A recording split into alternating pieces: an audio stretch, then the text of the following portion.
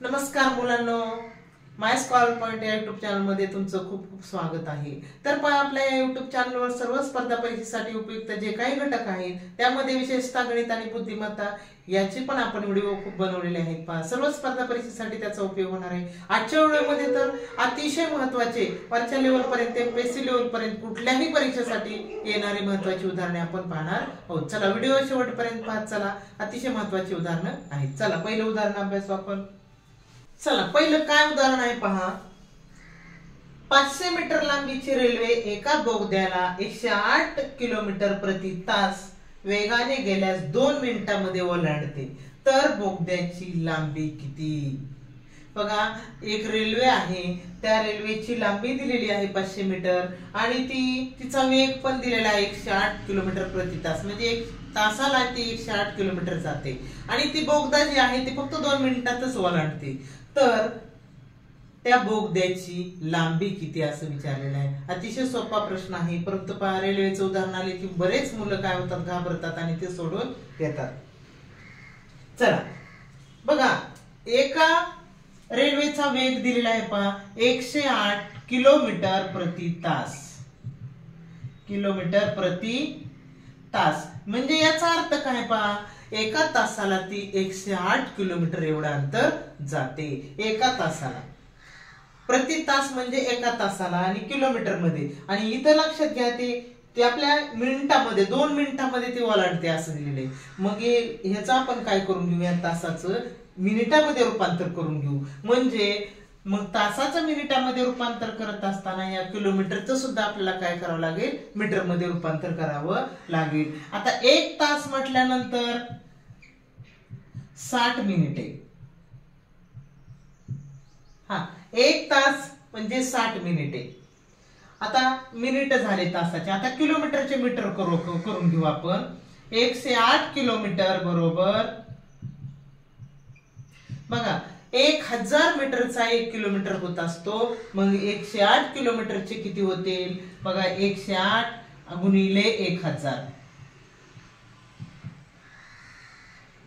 म्हणजे 3 शून्य तशाच तसे, 108च्या पुढे 3 शून्य तशाच तसे, म्हणजे 1,08,000 एवढं काय झालं, हे मीटर अंतर झालं।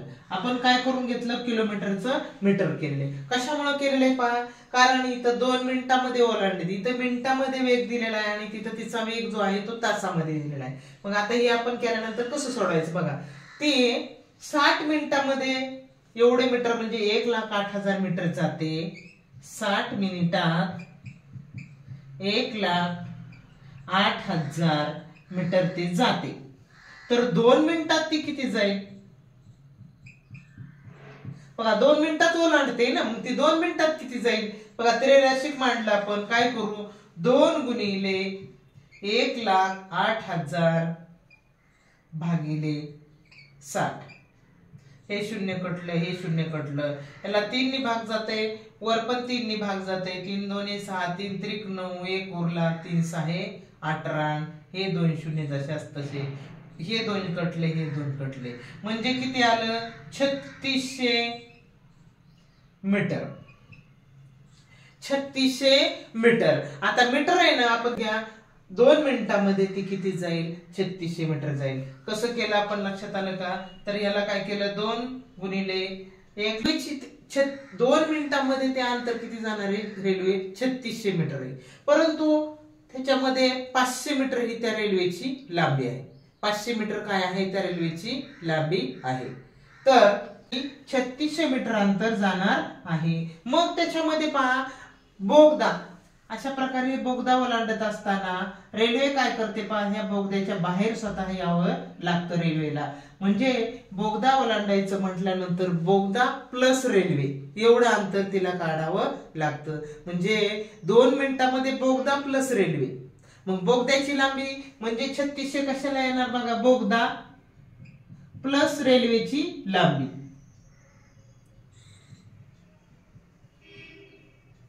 म्हणजेच किती 3600।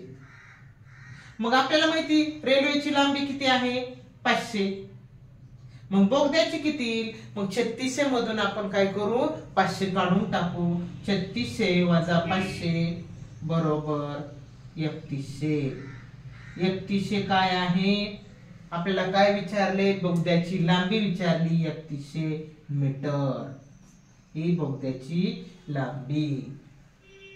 म्हणजे लक्षात घ्यायचं, ज्यावेळेस रेल्वेला बोगदा पार करायचा असतो त्यावेळेस ती बोगद्याची लांबी प्लस तिला स्वतःचं अंतर बाहेर यावं लागतं, त्यावेळेस ती बोगद्यातून बाहेर पूर्ण येऊ शकते. म्हणजे बोगद्याची लांबी प्लस तिची लांबी अशा प्रकारचं अंतर रेल्वेला पूर्ण करावं लागतं.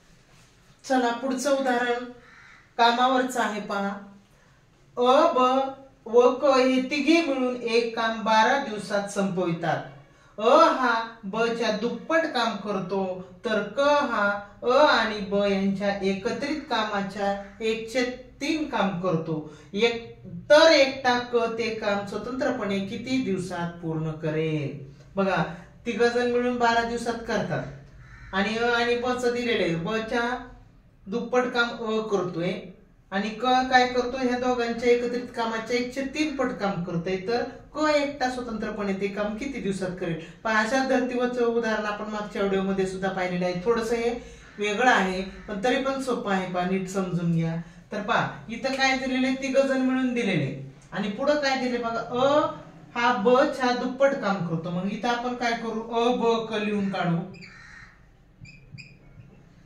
तिघ जण कारागीर आहेत पहा आणि तिघ जणांनी कपाट बनवण्याचं काम ठरवलेलं आहे आणि तिघ जण काय करतात पहा, जर समजा अ हा ब च्या दुप्पट काम करतो, अ जो आहे तो ब च्या दुप्पट, म्हणजे जर ब ने दिवसाचं एक कपाट बनवलं तर अ त्याच्या दुप्पट बनवतो, म्हणजे किती बनवतो तो, दिवसाचे 2 कपाट बनवतो. कोण, अ. आता पुढे काय दिले पहा, क हा अ आणि ब यांच्या एकत्रित कामाच्या 1/3 काम करतो. म्हणजे क काय करतो बघा, या दोघांचं जेवढे एकत्रित काम आहे त्याच्या 1/3 करतो. म्हणजे दोघ जण मिळून किती कपाट बनवतात, 3 बनवतात, त्याच्या 1/3 करतो तो काम. म्हणजे 3च्या 1/3 काढू आपण. कसं आलं लक्षात घ्या. तर क काय करतो, दोघांच्या एकत्रित कामाच्या 1/3 एवढं काम तो करतो. म्हणजे दोघांचं एकत्रित काम किती झालं, 3, त्याचं 1/3 काढून घेऊ, ही 3 कटले. म्हणजे क हा किती करतो, 1 काम करतो. म्हणजे क च कपाटात बघा किती कपाट बनवेल, क एका दिवसाचं 1 कपाट बनवेल. बघा क हा एका दिवसाचं 1 कपाट बनवेल, ब एका दिवसाचं 1 कपाट बनवतो आणि अ किती कपाट बनवतो, 2 कपाट बनवतो. अशा प्रकारे तिघांनी मिळून ते काम 12 दिवसात पूर्ण केलेले पहा. तिघांनी मिळून 12 दिवसात, म्हणजे रोज एका दिवसामध्ये किती कपाट बनवतात बघा, हे तिघ जण मिळून जर बनलं तर 4 कपाट बनवतात ते एका दिवसात. एका दिवसात ते काय करतात, 4 कपाट बनवतात. किती कपाट बनवतात, 4 कपाट बनवतात. तर पहा ते तिघ जण मिळून ते 12 दिवसात कंप्लीट करतात. म्हणजे तिघ जण मिळून ते 12 दिवसात कंप्लीट करतात. म्हणजे एका दिवसात 4 कपाट बनवतात. मग 12 दिवसाचे किती कपाट बनवत असतील त्यांचे, मग 12 दिवसाचे 12 गुणिले 2 आपलं सॉरी 12 दिवसाचे 12 गुणिले 4 12 चोक 48 कपाट ते बनवतात. किती दिवसात, 12 दिवसात. पण आपल्याला विचारलं काय बघा, तर एकटा क ते काम स्वतंत्रपणे किती दिवसात पूर्ण करेल. आता 12 दिवसाचे त्यांना किती कपाट बनवायचे, 48 कपाट बनवायचे. पण एकटा जर क ते काम करायचंय, म्हणजे एकट्या कला ते कपाट बनवायचे 48, तर त्याला ते किती दिवस लागतील. बघा तो क आहे ना, तो एका दिवसात फक्त 1च कपाट बनवतोय. क आहे तो एका दिवसात 1च कपाट बनवतोय. मग 48 कपाट बनवायला त्याला किती दिवस लागतील. एका दिवसात 1 कपाट, मग 48 कपाट बनवायला त्याला किती दिवस लागतील, मग 48 भागिले 1 म्हणजे त्याला किती दिवस लागतील, 48 दिवस लागतील. बघा अतिशय सोप्या पद्धतीनं समजावून सांगितलेलं आहे पहा. काही अवघड नव्हतं, फक्त थोडंसं समजून घेतलं करत राहिले की येतात. चला पुढचं उदाहरण पण अतिशय महत्वाचं आहे पहा. एक रेल्वे औरंगाबाद ते पुणे 70 किलोमीटर प्रति तास वेगाने जाते व पुणे ते औरंगाबाद 30 किलोमीटर प्रति तास वेगाने परत येते, तर रेल्वेचा सरासरी वेग किती. बघा मुलं काय करतात, जाताना जाते 70 नी, येताना 30 नी, आणि सरासरी वेग म्हणले की जातानाच आणि येतानाची बेरीज करतात आणि भागिले 2 करतात. पहा हे उत्तर चुकतंय. तर कसं करायचं पहा, आता बघा इकडे लक्ष द्या, रेल्वेला जायचंय, कुठून जायचंय? औरंगाबाद ते पुणे. औरंगाबाद ते पुणे हे अंतर कापायचे रेल्वेला. आपल्याला माहित नाही अंतर किती ते, म्हणून आपण काय करू? x म्हणून हे अंतर. आता अंतर किती माहित नाही आणि परत पुन्हा तेवढंच अंतर यायचंय तिला, पुणे ते औरंगाबाद. म्हणजे जाताना अगोदर ती औरंगाबाद ते पुणे गेलेली. काय वेग होता तिचा? 70 किलोमीटर तासाला 70 किलोमीटर जात होती. पण किती अंतर आहे ते आपल्याला माहित नाही, किती तास गेली ते पण माहित नाही. मग आपण काय करू? अंतर x मानू. जातानाचं अंतर x, येतानाचं अंतर x. असं टोटल अंतर किती झालं? मग एकूण अंतर बरोबर 2x. 2x एवढं अंतर रेल्वेनं पार केलेले. पहा जातानाचा तिचा वेग किती होता? 70 किलोमीटर प्रति तास. म्हणजे एका तासाला ती 70 किलोमीटर जात होती. हा तिचा काय होता? वेग होता. आणि येतानाचा होता 30 किलोमीटर प्रति तास. म्हणजे तासाला ती 30 किलोमीटर या वेगाने येत होती. आपल्याला विचारले सरासरी वेग किती. आता वेग काढायचा आहे आपल्याला, आपण वेळ काढू. पहिल्यांदा जायला यायला किती वेळ झाला. आता वेळ काढण्यासाठी बघा वेग किती दिलेला आहे? 70 किलोमीटर प्रति तास. म्हणजे एका तासाला ती 70 किलोमीटर जात होती. मग अंतर किती बघा? जायचं यायचं अंतर आहे 2x. आता जायचं आणि यायचं म्हणून 2x एवढा अंतर आहे. म्हणजे आपण बघा सूत्र माहिती पाहिजे आपल्याला. सूत्र अंतर भागिले वेळ बरोबर वेग. आपल्याला वेग काढायचा आहे, सरासरी वेग काढायचा, म्हणून हे सूत्र लक्षात असणं गरजेचं आहे. अंतर भागिले वेळ बरोबर वेग. पहा आता काय करायचं? अंतर किती आहे? 2x. आता वेळ माहिती पाहिजे, वेळ. आता वेळ कसा काढणार आपण? बघा अंतर बघा इथं अंतर किती दिलेले आहे? जातानाचं अंतर आहे x. बघा जातानाचा आपण वेळ काढू. जातानाचं अंतर x आहे. तिचा वेग किती आहे? 70. तासाला 70 किलोमीटर जाती. म्हणजे एका तासाला 70 किलोमीटर, म्हणजे 70 किलोमीटरला तिला 1 तास लागतंय. मग एवढं अंतर जायला किती? म्हणजे अंतर भागिले वेग करू इथं आपण. अंतर भागिले वेग म्हणजे पहिल्या ह्याचा आपण वेळ काढून घेऊ. अंतर भागिले वेग म्हणजेच वेळ येणार. म्हणजे पहिल्या ह्याचा जातानाचा वेळ काढू, नंतर येतानाचा वेळ काढू. बघा आता मग अंतर किती? जातानाचं x आणि वेग किती आहे? 70 आहे. म्हणजे ह्याचा वेळ किती झाला? x/70. आता परत येतानाचा वेळ. आता ह्याचं पण अंतर भागिले वेगच करावं लागणार आपल्याला, म्हणजे वेळ येईल. आता अंतर किती बघा? येताना परत तेवढंच अंतर x, पण वेग मात्र कमी. किती आहे? 30 किलोमीटर. मग आता जायचा आणि यायचा वेळ किती झाला? एकूण वेळ. आता एकूण वेळ म्हणल्यानंतर जातानाचा वेळ किती बघा? x/70. परत येतानाचा वेळ आहे x/30. आपण काय करू? यांची बेरीज करू. बेरीज करत असताना छेद सारखे करावे लागतात. आता सारखे करायचं तिरपा गुणाकार करू. 7 × 21.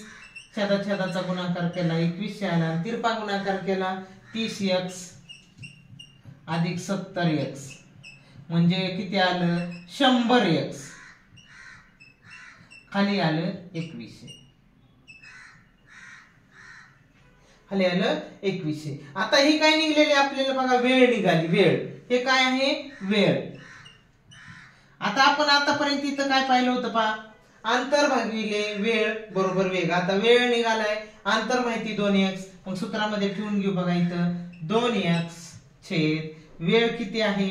100x भागिले 2100 गुणी बरोबर वेग.